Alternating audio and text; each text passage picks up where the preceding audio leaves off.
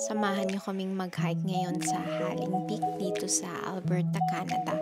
Sobrang excited kami umakyat kasi papunta pa lang sobrang ganda na ng view. Sa mga nabasa namin na reviews, it would take around 3 to 5 hours out and back para makomplete yung hike. Pinaghandaan talaga namin tong hike na to kasi considered na hard pero well-maintained naman daw yung trail. So, let's see.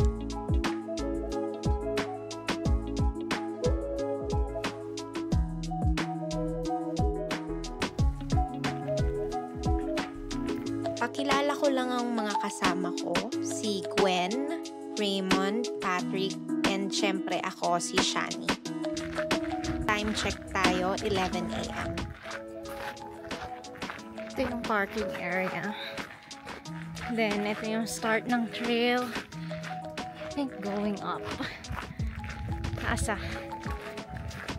Tuwing summer, sinusulit talaga namin na mag-hike kasi magandang exercise, magandang papawis, tapos nakaka-relax din. And then, yung reward mo sa end, yung view. Yung tipong mapapaisip ka na lang na sobrang ganda pala talaga ng mundo. Hi, Auntie. Hi. Gwen.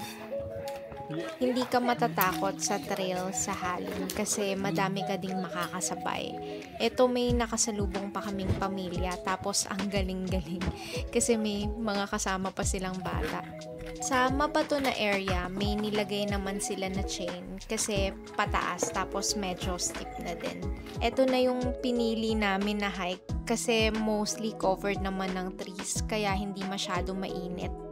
Tapos, kung may fear of heights ka naman, kaya din kasi hindi masyadong exposed.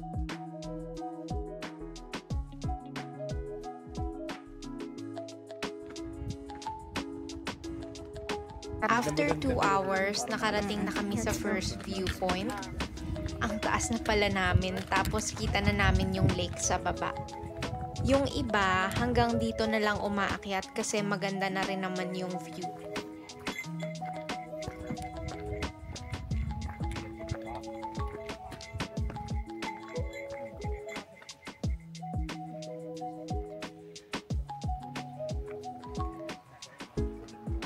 Ayun pa yung pinakatuktok or ridge na tinatawag.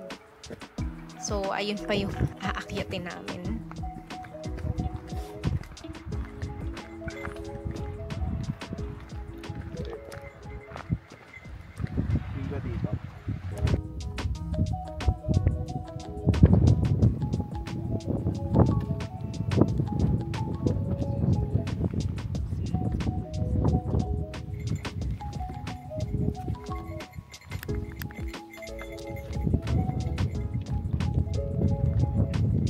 Siyempre, bago umalis, picture muna. Yan, tayo dyan. Ay, ikaw muna. Lakad na naman po tayo. Ang maganda sa trail na to, may ginawa na silang hagdan paakyat.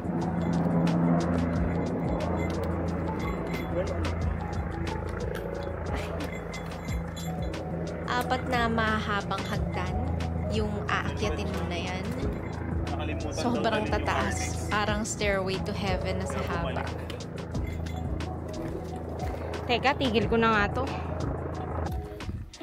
Ay.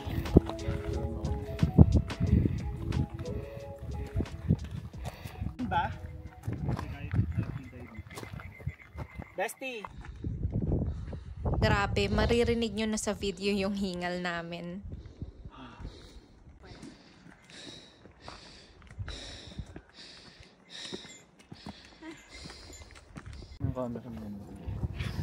I love the view.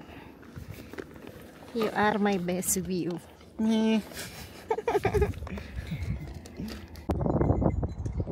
Yung paakyat sa taas, mahangin na. Kaya nagsuot na rin kami ng windbreaker. Tapos nagsa-start na rin na yung mga dinadaanan namin, loose rocks na. Kaya medyo madulas, sobrang alalay lang talaga sa paglalakad. Nakakalula na din. Picture.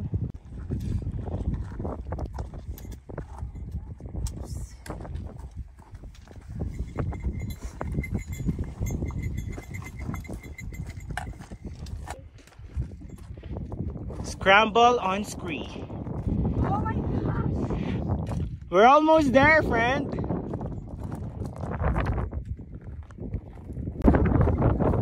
Go, friend. Friend, tingin ka naman, friend. Bakit nadudurog yung cheese ko? So, ito ang food. Summit ano? Summit food. Summit food. Ba't ganun? Di ko ma-video ng maayos. Ang po. Ang sarap. Oh my God. Okay, time to eat. Charcuterie on top. Wine na And then, beef jerky.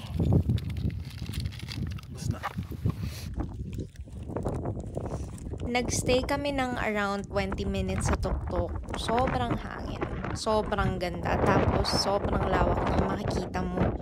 Yung parang manliliit ka talaga.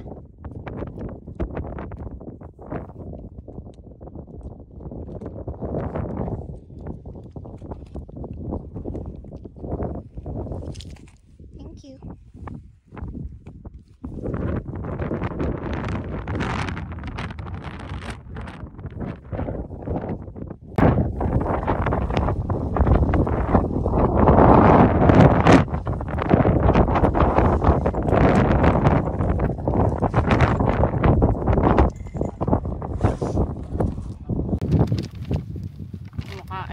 Food trip. Food trip.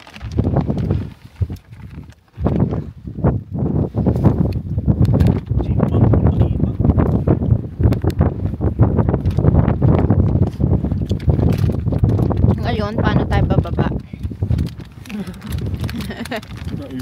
Siyempre, another picture to capture the win. Ipapakita ko sa inyo yung favorite shot namin from the ridge.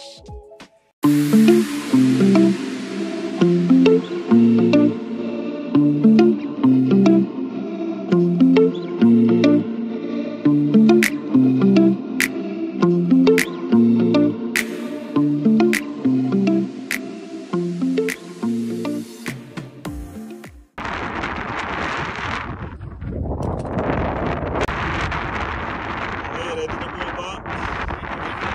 Let's go.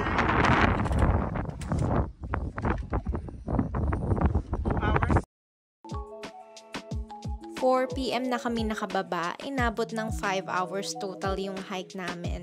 2.5 hours paakyat, 1.5 hours pababa.